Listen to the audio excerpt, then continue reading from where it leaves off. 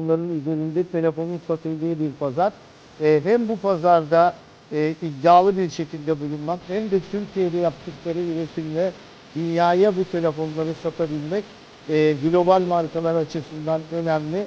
İnşallah burada tam kapasiteyle üretime geçtiğinde, yani yıllık 5 milyon telefon kapasitesine ulaşıldığında da 2000 vatandaşımız istihdam imkanı.